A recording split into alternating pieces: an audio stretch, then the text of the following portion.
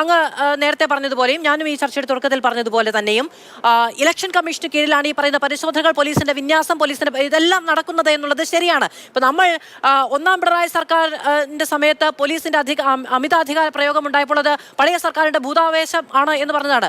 10-20 ദിവസം ഇലക്ഷൻ കമ്മീഷനിലേക്ക് മാറുന്ന സമയത്ത് പോലീസിന് അങ്ങനെ ഒരു ദുഷ്പ്രവണതയുണ്ടെങ്കിൽ അത് മാറ്റിവെച്ച് തികഞ്ഞ അച്ചടക്ക ബോധ്യത്തോടെ, തികഞ്ഞ നിഷ്പക്ഷതയോടെ ഇലക്ഷൻ കമ്മീഷന്റെ മെഷീനറി എന്ന നിലയ്ക്ക് മാത്രം പ്രവർത്തിക്കും എന്ന് പറയുന്ന കുറച്ച് കടന്ന നിഷ്കളങ്കതയല്ലേ?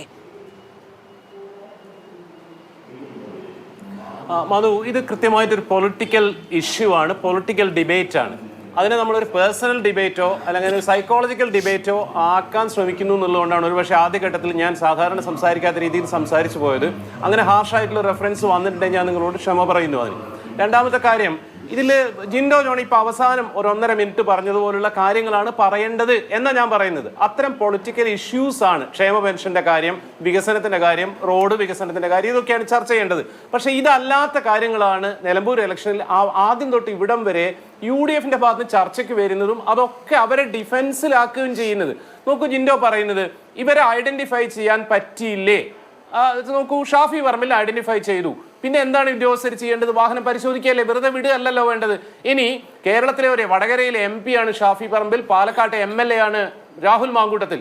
അവരോട് ഉദ്യോഗസ്ഥൻ മോശമായി പെരുമാറിയിട്ടുണ്ടെങ്കിൽ അത് കേരളത്തിലെ മൊത്തം ജനങ്ങളോടാണ് മോശമായിട്ട് പെരുമാറുന്നത്. അപ്പൊ അവരെന്താ ചെയ്യേണ്ടത്? ഇലക്ഷൻ കമ്മീഷൻ ഓഫ് ഇന്ത്യക്ക് പരാതി കൊടുക്കണം. ഇത്ര സമയമായിട്ടും 24 മണിക്കൂറിനടുത്തായിട്ടും അവർ ഇതുവരെ പരാതി കൊടുത്തിട്ടില്ല. എന്തുകൊണ്ടാണ് കൊടുക്കാത്തത്? മിസ്ബിഹേവ് ചെയ്തതിന്റെ പരാതി കൊടുക്കണ്ടേ? അപ്പൊ ഇലക്ഷൻ കമ്മീഷനിൽ വിശ്വാസം ഇല്ല എന്നല്ലല്ലോ പറയേണ്ടത്. അതായത് ഇന്റർനാഷണൽ സീ റൂട്ടിൽ കപ്പൽ ഛേദം വരുമ്പോൾ അത് പിണറായി വിജയനാണെന്ന് വിചാരിക്കുന്ന പോലെ, NHAIയിൽ വർക്കിൽ പ്രശ്നം ഉണ്ടാകുമ്പോൾ അത് സംസ്ഥാന ഗവൺമെന്റ് ആണെന്ന് വിചാരിക്കുന്ന പോലെ, ഇലക്ഷൻ കമ്മീഷന്റെ പ്രൊസീജിയറാണ് റൗണ്ട് ക്ലോക്ക് 3 ഷിഫ്റ്റ് ആയിട്ട് എല്ലാ വാഹനങ്ങളും പരിശോധിക്കുക എന്നുള്ളത്. അതിൽ ആരുടെയൊക്കെ വാഹനങ്ങൾ പരിശോധിക്കുക എന്നുള്ളത് പറയുന്നു. ദുഷ്ടലാക്കാണ്. നിങ്ങൾ അങ്ങനെ ജനറലൈസ് ചെയ്ത് പോകല്ലേ, അങ്ങനെ ജനറലൈസ് ചെയ്ത് പോലെ റീൽസ് എടുത്ത് 2 കോടി രൂപ ചെലവഴിച്ച ആളുകൾ പിന്നെ അതിന്റെ ഉത്തരവാദിത്തം ഏറ്റെടുക്കണമെന്നേ. മഴയത്ത് പൊട്ടിപ്പൊളിഞ്ഞ് 100 സ്ഥലത്ത് അപകടം പറ്റുമ്പോൾ അത് ഞങ്ങൾക്ക് ഏറ്റെടുക്കാൻ പറ്റില്ല, അത് കേന്ദ്ര സർക്കാരിന്റെ ഇച്ഛയാണെന്ന് പറഞ്ഞാൽ അത് പറ്റില്ല. അതുവരെ പിണറായി വിജയന്റെ ഇച്ഛാശക്തിയായിരുന്നു എന്ന് പറഞ്ഞ ആളുകൾ അത് പൊട്ടിപ്പൊളിയുമ്പോൾ അതിന്റെ ഉത്തരവാദിത്തം ഏറ്റെടുക്കണ്ടേ? നാഷണൽ ഹൈവേയുടെ ഉത്തരവാദിത്തം ഏറ്റെടുക്കണം. റീൽസ് എടുക്കാൻ 2 കോടി രൂപ ചെലവഴിച്ചാൽ പോരാ.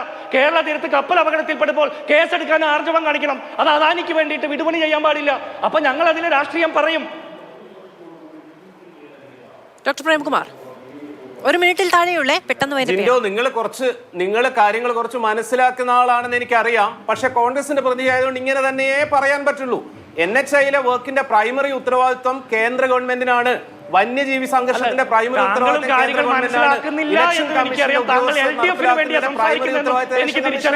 താങ്കൾ LDFന് വേണ്ടിയാ സംസാരിക്കുന്നതെന്നും താങ്കൾ തിരിച്ചറിയാത്ത പോലെ അഭിനയിച്ചുകൊണ്ടാണ് സംസാരിക്കുന്നതെന്ന് എനിക്കറിയാം. താങ്കൾ എന്നെ നമ്മുടെ രണ്ടുപേരുടെ വ്യക്തിപരമായിട്ടുള്ള മേന്മ ചർച്ച ചെയ്യാനല്ലോ. നമ്മൾ ഈ സംസ്ഥാനം ഭരിക്കുന്ന സർക്കാർ ജനങ്ങൾക്ക് കൊടുത്ത നേട്ടങ്ങളെ കുറിച്ചല്ലേ ഡിബേറ്റ് ചെയ്യപ്പെടേണ്ടത്. എന്റെ വ്യക്തിപരമായിട്ടുള്ള താങ്കളുടെ ചർച്ച ചെയ്യപ്പെടേണ്ടത്. ഞാൻ അറിഞ്ഞുകൊണ്ടാണ് പറയുന്നെങ്കിൽ താങ്കൾ അറിയാതെ പറഞ്ഞത് അത് തന്നെയാണ് പറഞ്ഞത്. പക്ഷെ ഒരിടത്തും UDF ഈ ഇലക്ഷനിൽ ഇത്തരം പൊളിറ്റിക്കൽ വിഷയങ്ങൾ അല്ല ചർച്ച ചെയ്യുന്നത്. നോക്കൂ, ആദ്യത്തെ 2 ആഴ്ച നിങ്ങൾ അൻവറിനെയും കൊണ്ട് ചുറ്റിത്തിരികയായിരുന്നു.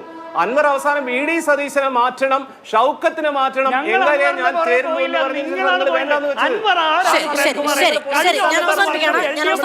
പാലക്കാടിന് പിന്നാലെ നിലമ്പൂർ ഒരു പെട്ടി വിവാദം ഉണ്ടായതിന്റെ രാഷ്ട്രീയ ഗുണഫലം ആർക്ക് എന്നുള്ളത് 23-ന് തന്നെ അറിയാം.